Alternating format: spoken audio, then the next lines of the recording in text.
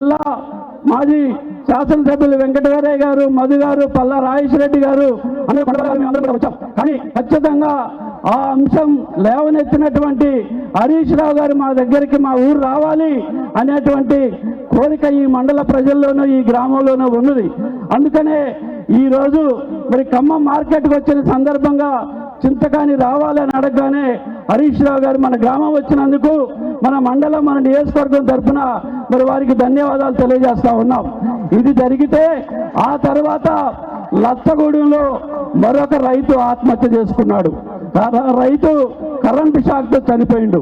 ఇది కూడా current shock అంటే సహజంగా జరగవచ్చు, కానీ ఎందుకు ఒక 3 రోజుల క్రితం వర్షం వచ్చి లైన్ తెగిపోతే ఈ రైతు మా చేలో కరెంటు తీగి తెగిపడిందని సంబంధించినటువంటి అధికారులకి కంప్లైంట్ చేశాడు.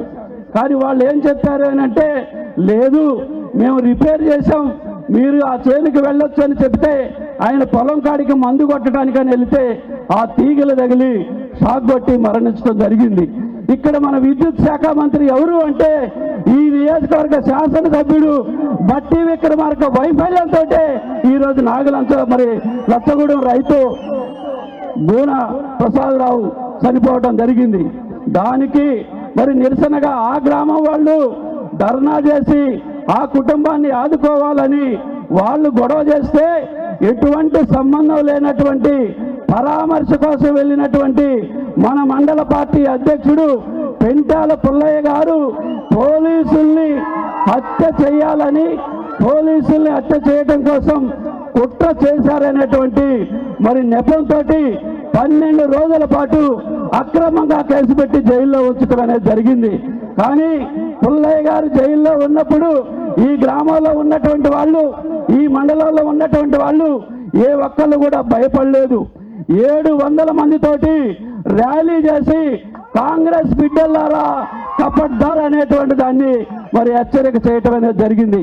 అందుకనే ఇక్కడున్నటువంటి శాసనసభ్యుడు నిజంగా నీకు మరి నీతి, నిజంగా నీకు పరిపాలన మీద నీకు చిత్తశుద్ధి ఉంటే నీ శాఖ అయినటువంటి విద్యుత్ శాఖ అధికారుల మీద చర్య తీసుకోవాలి.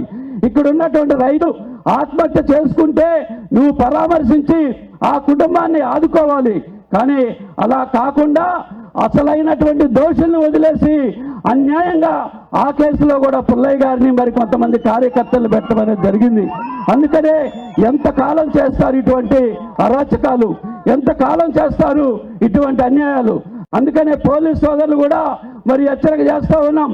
ఆనాడు పుల్లయ్య గారిని ఇంటికి వచ్చి మరి వాళ్ళ ఇంటికి రాగానే ఆయన మండల పార్టీ అధ్యక్షుడు కాబట్టి సార్ టీ తాగుతారా అని అడిగారు. టీ కాదు మీతో మాట్లాడటానికి వచ్చామని బయటికి పిలిచి అయ్యప్ప స్వామి మాల్లో ఉంటే చొక్కా బట్టి మరి పోలీస్ వ్యాన్లో వేసుకొని పోవటం జరిగింది. ఎక్కడికి తీసుకెళ్లారు, ఏం చేశారు అనేటువంటి దాన్ని కూడా సమాచారం చెప్పలేదు. అందరూ ఆనాడు ఫోన్ చేశారు, హరీష్ రావు గారు చేశారు, కేటీఆర్ గారు చేశారు, మరి మన ఎమ్మెల్సీ మధు గారు చేశారు, సండ్రా గారు చేశారు, కానీ ఏ ఒక్కళ్ళకి స్పందించలేరు.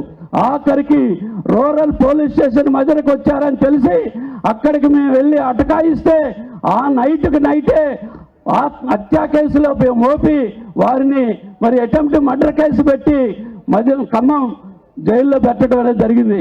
మేము అడుగుతా ఉన్నాం పోలీసుల్ని, ఒక్క 10 నెలలు అయింది అధికారం మారి, 10 నెలలకే మరి మీలో ఇంత మార్పు ఎలా వచ్చింది? మరి ఈ గవర్నమెంట్ ఏమైనా శాశ్వతమా? ఈ బట్టి విక్రమార్క ఏమైనా శాశ్వతంగా ఉంటాడా? ఒక్కసారి మీరు ఆలోచించుకోండి అని అడుగుతా ఉన్నాం. అందుకనే రోజులు మారతాయి, మళ్ళీ వచ్చేది బీఆర్ఎస్ ప్రభుత్వమే, కేసీఆర్ గారి నాయకత్వంలోనే ప్రభుత్వం ఏర్పడుతుంది. తప్పనిసరిగా మీరు చేసిన దానికి ఇంతకింత 10 వెంటలు మూల్యం చెల్లించుకుంటారు అని చెప్పేసి కూడా నేను ఈ సందర్భంగా తెలియజేస్తా ఉన్నాం. చివరిగా అన్న, మీ అందరినీ వేదిక మీద ఉన్నటువంటి నాయకులు మాకు ఎప్పుడు ఈ నియోజకవర్గంలో ఈ ఘటనలు మరి పాలేరులోనూ మా దగ్గరే ఎక్కువగా జరుగుతూ ఉన్నాయి.